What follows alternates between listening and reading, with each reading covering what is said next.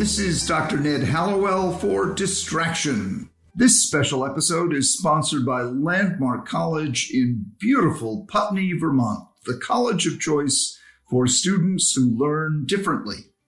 Joining me once again is our great friend Jessica McCabe from How to ADHD. It's wonderful to have you with us again, Jessica. Hi, I'm so happy to be here. It's always a pleasure. Well, it's always a pleasure for us. So today we're going to be talking about the positive effect of physical exercise on learning. Yeah. So first of all, I just want to validate for anybody who's like, yes, I know I'm supposed to be exercising and it's really hard. Yes, it is really hard. It's really hard to exercise regularly for everybody. Otherwise, we'd all be in amazing shape. But it is especially hard for ADHDers and especially hard for ADHD students because time is a huge factor. Like, where do you fit it in your schedule? It seems like an optional thing. And when you've got a test due and a project and, all these different things going on, it can be really easy to be like, okay, going to the gym is like the first thing to go. It also, even if you do have time, it requires planning, like knowing where both of our tennis shoes are at the same time. I can't tell you how many times I've wasted, 10 minutes looking for shoes and then I'm late to the class and it just doesn't happen. Exercise itself can be super repetitive and boring too, which we're not great at boring. And it can also bring up shame issues. Like, if we haven't done it for a while, it can feel really weird, like going to the gym or going to a class where everybody's already been doing it and is in shape and we're not. And then just initiating, it requires self-starting, which again, we're not necessarily great at. And also a lot of the time we're tired. ADHD can make it super hard to get enough sleep. So if you had only 4 hours of sleep, you don't feel good. You don't feel like going to the gym. But it's important to try and overcome some of these obstacles because it actually really is super important for us, especially if we're in school, because exercise reduces anxiety. And test anxiety, we know now from research, is one of the reasons we don't do well on tests. And exercise can calm our nerves so that we perform better. So, rather than that last minute cramming for 15 minutes, it might actually be better to go for a quick run. They are starting to do quite a bit of research on the effects of exercise in ADHD. And so far, it seems like the kind that works the best is intense cardio. That seems to be the most effective for producing those neurotransmitters. But also really effective are complex activities that get your brain engaged, like rock climbing. Or you can do things like tennis, which are both. They really engage your brain and they get you that cardio. And the effects usually last, it depends on the person, but for an hour or two after working out. So it's especially effective, right before something that requires a lot of focus. So when I first started How to ADHD, what I would do is I'd go play tennis and then I would come home and I'd grab something to eat and immediately just write, because that was the only time I had any hope of writing effectively, was right after tennis. And here's the really interesting part. So long term too, it's effective. So maybe you don't have anything going on that day or the next day and you're I can just take a break. Maybe it's summer. I don't have to, work out for a while. But long term, if you exercise regularly, your brain produces something called BDNF, which is, I think it's brain derived neurotrophic factor. And it's basically miracle grow for your brain. So exercise actually grows your brain. It's not an instant thing. It's not it's not like the Hulk. Your brain's not going to expand exponentially, but it does make a difference. So yeah, exercise is really important.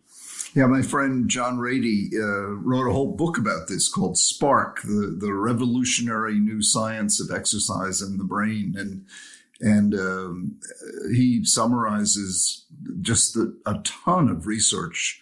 And you don't have to go to the gym. You can just stand up next to your desk and do some jumping jacks and run in place and then sit back down and start working again. And that quick burst of exercise kind of pushes the reset button on your brain.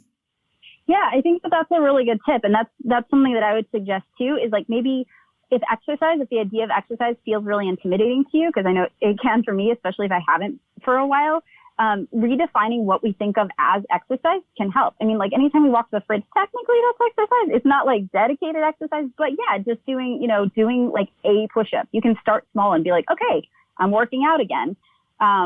So yeah, starting small is a really good way to do it. and doing what you like too. So yeah, like some kinds of exercise are more effective than others, but it's not effective at all. Exercise we don't do. So it's better to actually dance around our living room than to not run on the treadmill. And because we get bored easily, again, it helps to include variety. So I love fitness classes at the gym for this reason. So I can do yoga one day and Zumba the next. Like I don't get bored. Whereas when I was doing, regular strength training or running on the treadmill every time, like I got bored out of my mind. And then I wouldn't go. Another, I think, important tip for making it easier is to reward yourself. We know that ADHDers don't do well with goals that take a super long time to achieve. We have shorter time horizons. Things are either now or they're not now. Like, it's harder for us than for most people to sustain focus over time. So it's important to reward ourselves for the effort, not for achieving the goal. If you hate like working out on your own, if you're bored out of your mind working out in your living room, then yeah, go find a gym. But basically the goal is to have more to look forward to than obstacles in our way. And that can make it a lot easier. Right. We should mention Landmark College while we're talking, the college for students who learn differently in beautiful Putney, Vermont. It gives me one more reason to get a dog. I'm always pushing dogs, but if you have a dog, you can always walk that dog, and that's another built-in way of getting exercise. Yeah, that's been really helpful for me. I have a dog, and she makes me get out of bed in the morning when I don't want to get out of bed in the morning. And then she goes to the door and rings the bell, and I'm like, okay, fine. And before I know it, like I'm on a walk, but I never would have just gotten up to go on that walk by myself. Yeah. It's one of the many, many reasons for having a dog. I as listeners know, I love dogs, and I think everybody should have a dog. So, that's the other thing too, is like ask for help. With any of this stuff, there's ADHD challenges that get in the way. So talk to somebody about what you're struggling with. If you're going to college and really can't find a way to fit exercise into your schedule, ask them about accommodations. Colleges like Landmark are more than willing to help out and help you find room in your schedule to do that because they understand how important this is to your learning experience. Well, thank you so much, Jessica. And Jessica will be back again very soon for another special episode sponsored by Landmark College. And remember to subscribe to Distraction if you haven't already, so you don't miss any of our wonderful episodes. And be sure to check out Jessica's website, howtoadhd.com.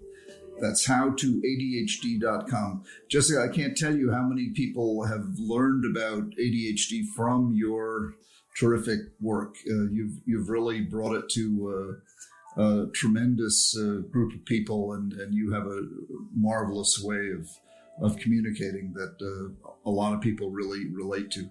Thank you so much for joining us today.